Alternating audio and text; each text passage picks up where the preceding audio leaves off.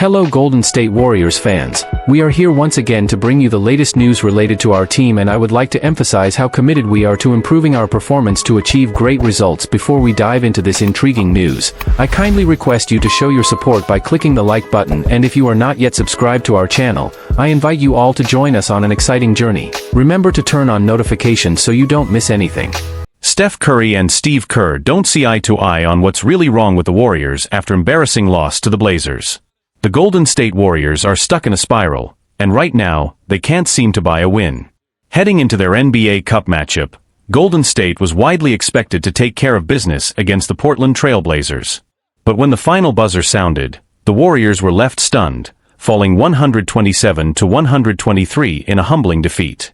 The loss pushed them down to 8th in the Western Conference, now sitting at a flat 9-9 record, a stark reminder that this team no longer looks like the powerhouse it once was. Curry points the finger at the defense. In a night filled with frustrations, Stephen Curry was one of the few bright spots. The two-time MVP poured in 38 points along with 2 rebounds and 4 assists, doing everything he could to keep Golden State alive. After the game, Curry didn't sugarcoat what he thought cost them the win: defensive breakdowns and a lack of execution in key moments. "I think we played well enough to win, but we have nothing to show for it," Curry told reporters.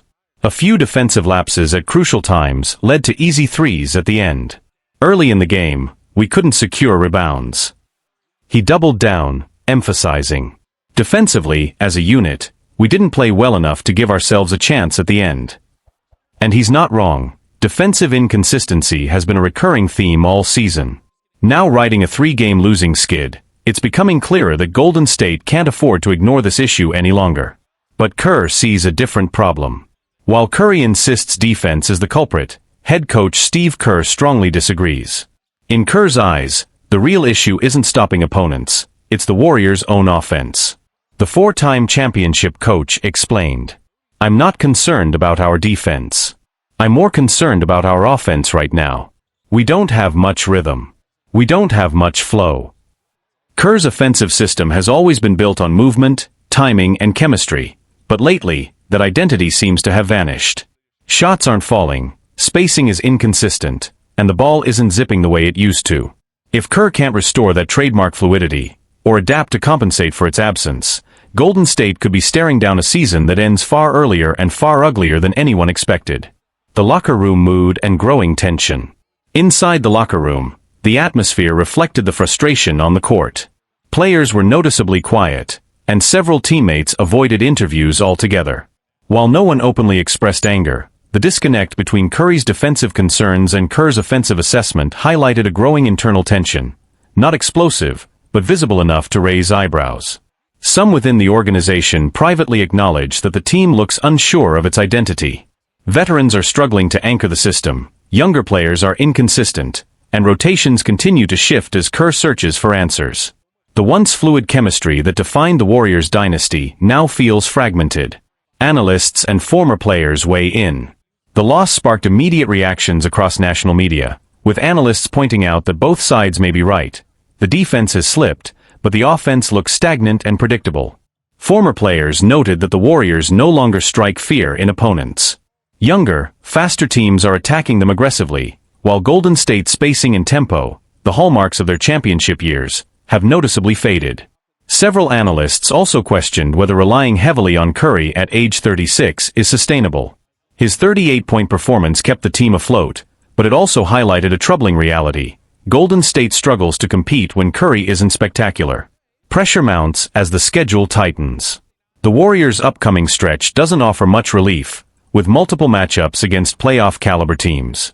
A continued slide could push them further down the Western Conference standings, forcing the organization to confront uncomfortable possibilities: lineup changes, role adjustments, or even roster moves.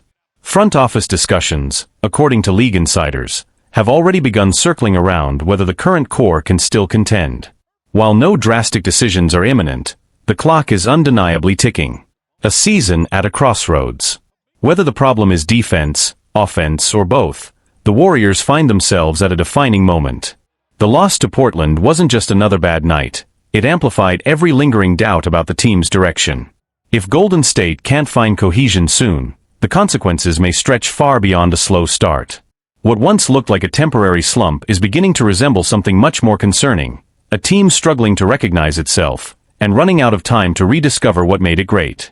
Steve Kerr offers a possible fix for the Warriors' rebounding woes after stunning loss to the Trail Blazers. The Golden State Warriors were handed a surprising and deflating defeat on Friday night, falling to an injury-depleted Portland Trail Blazers team in NBA Cup play. Even though Deni Avdija and Caleb Love delivered standout performances for Portland, it was the rebounding battle that exposed Golden State in the most glaring way. Heading into the matchup, everyone knew the Blazers were severely short-handed. They didn't have a true point guard available, and their second leading scorer, Shaedon Sharpe, was sidelined as well.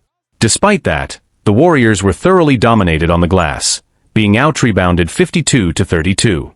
Donovan Clingan and Robert Williams III combined for 21 rebounds, while Jimmy Butler led the Warriors with just 8. The second-chance scoring numbers told the same story. Portland held a staggering 28-10 advantage. Steve Kerr has long embraced a style built around smaller lineups and spacing, but this time, that identity was overwhelmed by Portland's commitment to attacking the boards on both ends. The result sparked renewed criticism of Kerr's rotations and added even more pressure to a coach already facing scrutiny during the team's recent slide. Kerr acknowledged that a too-big lineup may need to become part of the solution. To open the game, Golden State once again turned to Draymond Green at center, a familiar look throughout Kerr's tenure. But choosing that approach against a Blazers team anchored by 7'2" Donovan Clingan quickly proved costly. In the first half, Clingan controlled the paint, finishing lobs and grabbing offensive rebounds with ease. It became obvious that the Warriors had no real answer for him, and the same was true when Williams checked in as his backup. Eventually, both Clingan and Al Horford exited with calf injuries, limiting their minutes. Even with Clingan sidelined, Williams continued to disrupt everything inside, swatting shots and snatching rebounds in heavy traffic. To make matters worse, the Warriors were also losing rebounding battles to Portland's wings. Toumani Camara, Caleb Love, and Deni Avdija all finished with 6 or more boards, underscoring how wide the effort gap had become. Kerr addressed the issue directly after the game, saying, Al Horford, was unavailable. I'm not exactly sure what happened, but they came to me and told me Al was out. I wasn't sure what that meant. That was the game. So many rebounds turned into threes. Some of Caleb Love's threes came off offensive rebounds. 28-10 in second chance points. That was the game. Internal adjustments and what Kerr might change next. In the days following the loss, Team Insider suggested that Kerr and his staff began re-evaluating the balance between speed and size. While Kerr has historically leaned into versatility and spacing, the repeated losses in the rebounding department have forced the coaching staff to confront an uncomfortable reality. Golden State can no longer rely solely on small ball instincts to survive physically demanding matchups. Several within the organization believe that a shift toward lineups featuring 2 natural bigs could be tested in upcoming games, particularly against teams with dominant interior presences. The coaching staff has reportedly discussed giving extended minutes to players who can protect the rim, set stronger screens, and secure defensive rebounds, areas where the Warriors have fallen short. Players react to the rebounding criticism. Some Warriors veterans privately acknowledged that effort and positioning have been inconsistent. Younger players, still adapting to NBA physicality, have struggled to box out against stronger opponents. Meanwhile, Draymond Green, who has carried the bulk of interior responsibility for years, expressed that rebounding must become a collective commitment rather than a burden placed on 1 or 2 players. Role players emphasize that second chance points are demoralizing, especially when they lead to momentum-swinging three-pointers, a theme that defined the loss to Portland. Media scrutiny intensifies. National analysts were quick to point out that this isn't an isolated issue. The Warriors have been out-rebounded multiple times this season, and opponents have increasingly targeted the paint and offensive glass as a blueprint to disrupt Golden State's rhythm. Some commentators questioned whether the Warriors' personnel is structurally mismatched for today's league, where size and vertical athleticism are resurgent. Others wondered whether Kerr's loyalty to long-standing philosophies is preventing necessary evolution. The debate has sparked broader discussion about whether the Warriors are facing a temporary tactical setback or a more fundamental erosion of roster construction. Implications for the season ahead. The loss to Portland didn't just show up in the box score, it altered the tone surrounding the Warriors' season. With competitive standings in the Western Conference, even short stretches of poor execution can have significant consequences.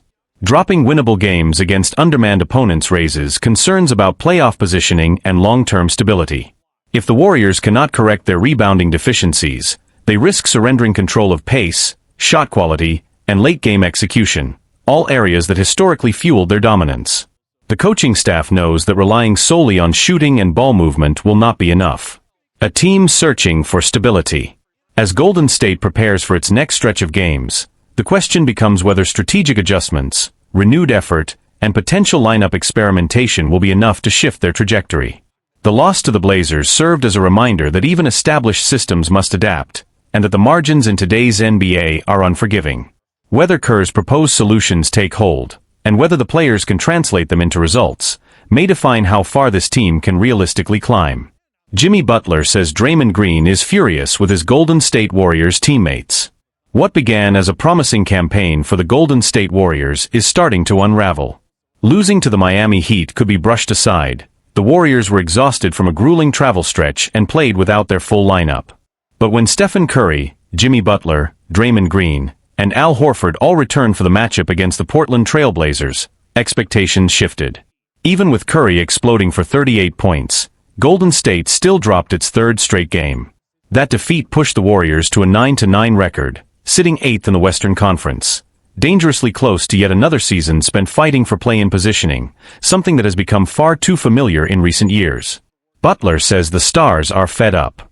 After the loss to Portland, Butler didn't hold back, revealing that frustration inside the locker room is building fast, especially among the team's leaders. Draymond Green's anger centers on defense. Known for speaking bluntly, Butler openly criticized the team's defensive effort after watching the Warriors give up 127 points to a Blazers team missing key starters. The six-time All-Star said, "We're just not guarding anybody. From what I can see, and I haven't been here long, that's not the formula. To win a championship, you have to take every matchup personally. Yes, there's help, but we have to be way better defensively."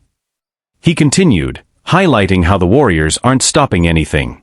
It's everything. You're not taking away the paint, you're not taking away layups, free throws, lobs, threes. We don't know what they're going to get, and tonight, they got whatever they wanted. Butler insisted he remains optimistic, but realistic. We can win some nights when our shots fall, but you can't rely on scoring. You always have to defend. Until we do and take it personally when opponents score, we'll stay in a rough stretch. He added that the team plans to sharpen intensity in practice, one-on-one drills, defensive challenges, and accountability. Does Green take it personally? Butler says absolutely. When asked whether Green, the 2017 Defensive Player of the Year, shares that mindset, Butler didn't hesitate. "I take it personally. I know for sure he does. He's furious. He doesn't care who scores. He wants to stop everything, every possession, and he's right." Butler went even further. He has to help, contest, block shots, rebound. "Honestly, I'd be angry too if I were Dre." Green's emotional presence has already been a sensitive subject for the franchise after past conflicts with Jordan Poole and Kevin Durant. The last thing Golden State needs is a disgruntled Green in a season already wobbling. Is the Warriors' defense really that bad? Despite Butler's frustration, the numbers don't paint the Warriors as a disastrous defensive team. They rank 11th in points allowed at 114.9 per game, and while opponents are shooting efficiently inside the arc, Golden State sits among the league's top 10 in opponent three-point percentage, showing strength on the perimeter. But the trend tells a different story.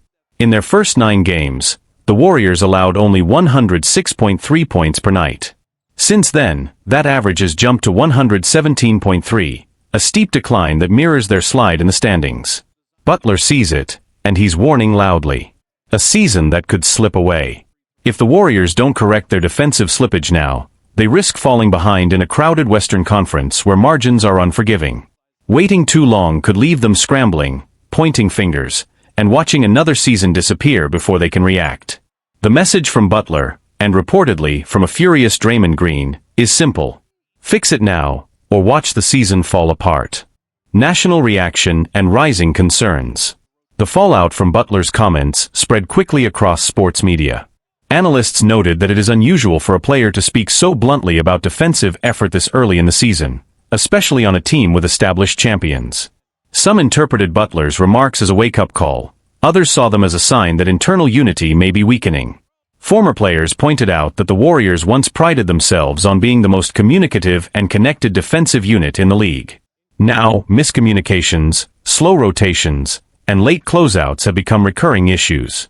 Opponents have begun targeting mismatches, attacking the rim, and forcing switches that leave Golden State scrambling. Locker room dynamics under the microscope. Sources around the team suggested that while Green has been vocal, he has not crossed the line into confrontation. However, there is a noticeable shift in tone during team huddles and film sessions. Younger players appear tense, and veterans are reportedly pushing harder, demanding urgency and accountability. The coaching staff has tried to balance criticism with reinforcement, but the pressure of a .500 record and growing expectations has made the environment increasingly intense. One staff member described the mood as restless, signaling that players feel the weight of slipping standards. Scheduling pressure and standing implications. The Warriors' upcoming slate poses another challenge. Several opponents in the next 2 weeks boast high-scoring offenses and elite perimeter talent. If Golden State's defensive regression continues, their record could fall below .500, a scenario that would immediately spark questions about rotations, leadership, and even front office direction. The Western Conference is tightly packed, and small losing streaks have significant consequences. Falling behind early could force the Warriors into heavy minutes later in the season, increasing wear on Curry, Green, and other veterans. Front office monitoring the situation. Executives are reportedly watching closely, not only evaluating performance but also chemistry. A frustrated Draymond Green has historically led to turbulence, and the organization is mindful of maintaining stability. While no drastic decisions are being discussed publicly, insiders acknowledge that patience has limits, especially if defensive lapses become habitual. A team at a defining point. The Warriors now face a pivotal stretch that will reveal whether their issues are temporary or structural. Butler's candor and Green's frustration have brought internal concerns into plain view, and the responsibility to respond falls squarely on the roster. If Golden State recommits defensively and restores its identity, the season can still stabilize. If not, the narrative may shift from early season inconsistency to a deeper decline, one that threatens not just playoff seeding, but the core foundation of the team's competitive era.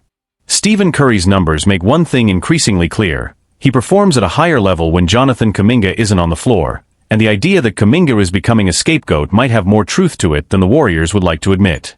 The noise surrounding Jonathan Kuminga and the Golden State Warriors is growing once again. To be fair, Kuminga opened the season in excellent form, giving the fanbase real hope that he was finally turning into the player Golden State had been waiting for. But that early momentum didn't last. His production dipped, he was moved out of the starting lineup, and now he's sidelined with knee issues. Amid all of this, reports suggest Kuminga feels he's being blamed for the Warriors' inconsistency, a belief that has revived conversations about his future and the possibility of a trade. Meanwhile, the numbers paint a blunt picture. Golden State is simply a better team when Stephen Curry shares the floor with anyone other than Jonathan Kuminga. Right now, the Warriors are in an all-in phase, fully committed to chasing one more title with Curry at the center of everything.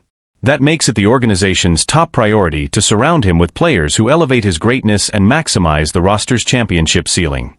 But a deeper look at the data suggests Kuminga isn't one of those players, at least not alongside Curry.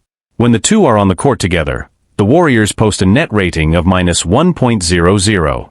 When Curry plays without Kuminga, that number jumps to a far healthier +6.88. The team also shoots significantly better from three when their two-time MVP isn't sharing the floor with a young forward. The long-standing concerns about Kuminga's ability to fit into Steve Kerr's system are resurfacing this season. And while the year is still young, his averages through 13 games, 13.8 points, 6.6 rebounds, 2.8 assists, and just 32.4% from deep, don't exactly strengthen his case. Given all this, the Warriors' front office may soon have to explore alternatives. If Kuminga can't thrive within Kerr's structure, his value might serve the team better as a trade asset than as a developmental project. If Golden State truly hopes to compete for another championship, they may need to reshape the roster, and that could start with finding a better on-court fit next to Stephen Curry. The tension around Kuminga's situation is also beginning to influence the locker room dynamic. Several sources close to the team have indicated that the coaching staff has grown increasingly frustrated with his inconsistency, particularly on the defensive end. While Kuminga's athleticism is undeniable, his decision-making and off-ball awareness still fluctuate, creating gaps that opposing teams have learned to exploit. At the same time, there is a growing sense of internal pressure. With the Western Conference becoming more competitive each season, Golden State no longer has the margin for error it once enjoyed. Every rotation choice now matters, and every on-court pairing is being scrutinized for its impact on winning, especially when Stephen Curry's championship window is narrowing. Behind the scenes, league executives have reportedly begun monitoring the situation, aware that a young forward with Kuminga's potential could attract interest if he becomes available. Rival teams understand that Golden State's desire to maximize Curry's final prime years might force them into tough decisions sooner rather than later. Even Steve Kerr has subtly acknowledged the challenge. In recent media sessions, he praised Kuminga's physical tools and work ethic, but emphasized the need for consistent habits and trust within the system. For some observers, those comments sounded like the early stages of a message preparing both the player and the public for a possible change. Meanwhile, Curry has continued to shoulder an extraordinary load, keeping the Warriors competitive despite the uneven performances around him. As long as that remains the case, the front office will feel compelled to surround him with players who complement his style, floor spacers, high IQ defenders, and reliable decision-makers. If Kuminga can't evolve into that kind of partner, Golden State may have no choice but to explore a move that brings in a more seamless fit. In a season where every game carries weight and every flaw becomes magnified, the Warriors know that standing still could jeopardize their pursuit of another title. For now, the franchise remains patient. But the numbers, the internal expectations, and the growing speculation around the league suggest that the situation is approaching a breaking point. Whether Kuminga adapts to Kerr's system or becomes the centerpiece of a significant roster shift could define the Warriors' path for the rest of the season, and possibly shape the final chapter of Stephen Curry's championship ambitions. As the season moves deeper into the schedule, the Warriors will soon reach a point where hesitation is no longer an option. The front office understands that the trade deadline is not just a formality this year, it may become a turning point. Every team in the conference is improving, and Golden State cannot afford to fall behind while waiting for a long-term project to mature. Internally, there is also a recognition that the organization has invested years into developing Kuminga, hoping he would grow into the bridge between eras, a young star capable of carrying the franchise forward once the Curry era eventually ends. That vision, while still possible, is not aligning with the urgency of their present goals. The contrast between long-term development and short-term competitiveness is widening by the week. Coaches have privately acknowledged that Kuminga's struggles are not rooted in effort, but in fit. His instinctive free-flowing style often clashes with Kerr's structured offense, which prioritizes quick decision-making, ball movement, and positional discipline. Without a clear role that maximizes his strengths, Kuminga can look lost, which only reinforces the team's concerns. If Golden State does decide to move him, it won't be out of frustration alone. It would be a strategic pivot, one aimed at giving Curry the best possible chance to contend in what may be the final high-impact years of his legendary career. Around the league, several teams with younger rosters and developmental timelines are already seen as potential partners should Golden State begin taking calls. Still, the situation remains delicate. Trading a player with Kuminga's potential carries its own risks. If he blossoms elsewhere, the Warriors could face criticism for giving up too soon.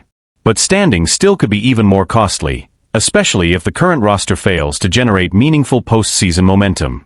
For now, Golden State's decision-makers are observing, analyzing, and waiting for clarity. But with each passing game, the evidence mounts. The Warriors function more effectively when Curry is surrounded by players whose styles blend naturally with his. Unless something changes, either through Kuminga's rapid improvement or through an organizational decision, the Warriors may soon be forced to choose between development and urgency. And whatever choice they make will not only influence this season, but also help define how the franchise moves forward in the twilight of Stephen Curry's storied run. Bill Simmons pokes fun at Jonathan Kuminga's failed push to reclaim his role with the Warriors, and makes a bold prediction about what comes next. The Golden State Warriors have now dropped 2 straight games, slipping to a 9-8 record on the season. Their biggest issue at the moment is painfully clear: they simply can't win on the road. A 4-8 away record places them among the league's worst in that category, and it's becoming a recurring storyline that overshadows everything else. Compounding the problem, the Warriors haven't added enough reliable pieces around Stephen Curry and Jimmy Butler, who continue to shoulder an overwhelming share of the workload. And according to Bill Simmons, another shakeup might be looming, one that involves Jonathan Kuminga. Kuminga's season has been overshadowed for weeks.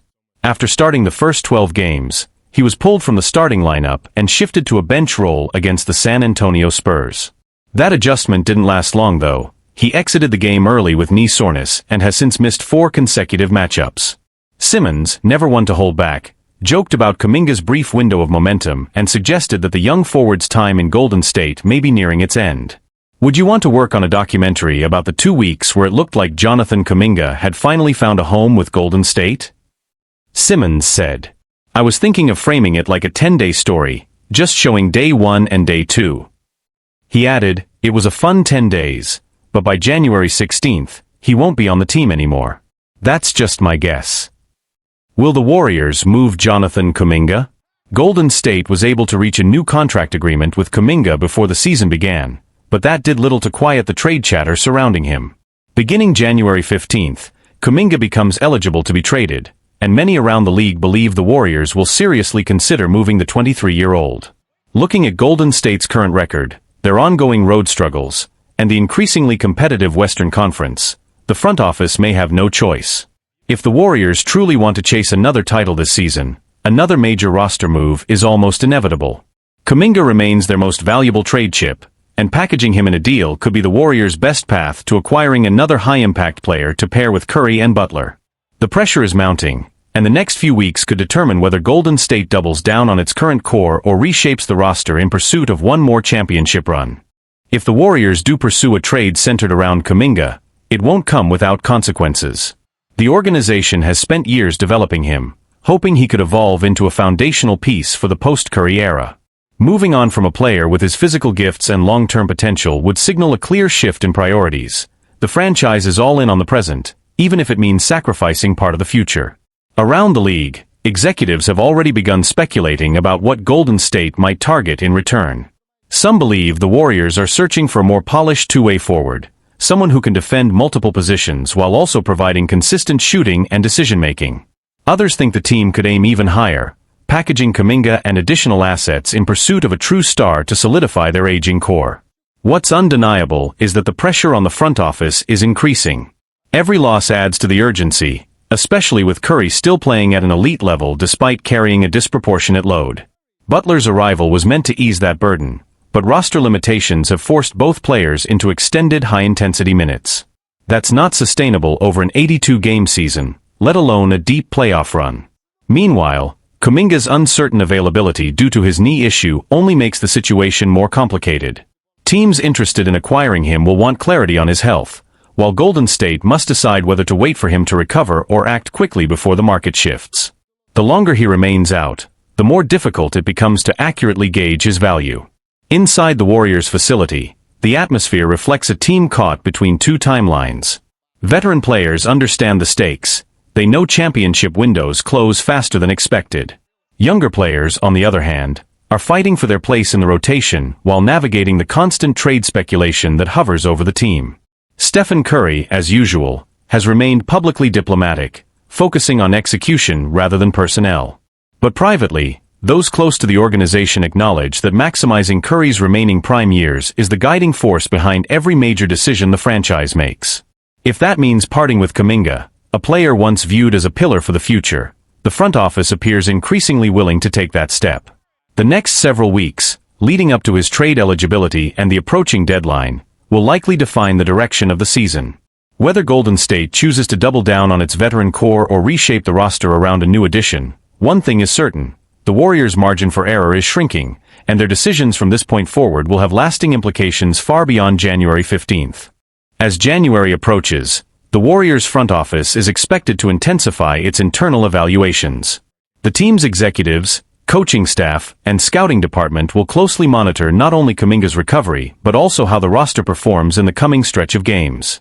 Golden State's position in the standings may ultimately dictate how aggressive they become. If the team continues to hover around .500, the urgency to make a move will escalate. The Western Conference is unforgiving, and even a brief slump can push a team out of playoff contention. The Warriors understand this better than most.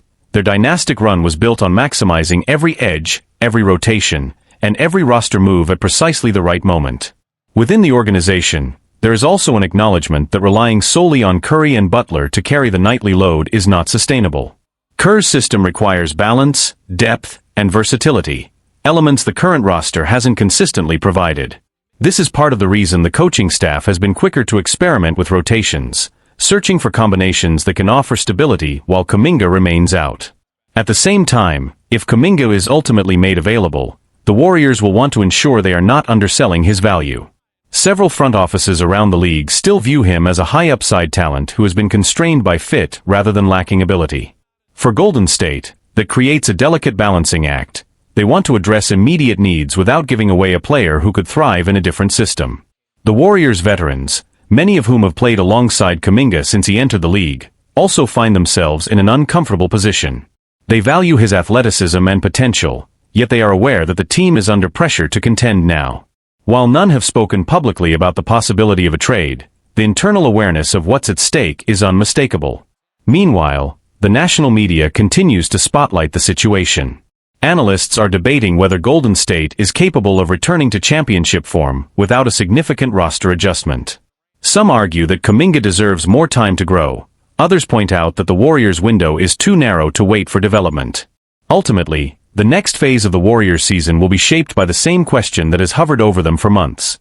Can Jonathan Kuminga become the player they need, or will his value be realized only after leaving Golden State? The organization's decision will reflect its belief in the roster's ability to compete at the highest level. And whichever path the Warriors choose, committing to Kuminga's development or leveraging him for win-now help, it will become a defining moment in what has already become one of the most scrutinized seasons of the Stephen Curry era.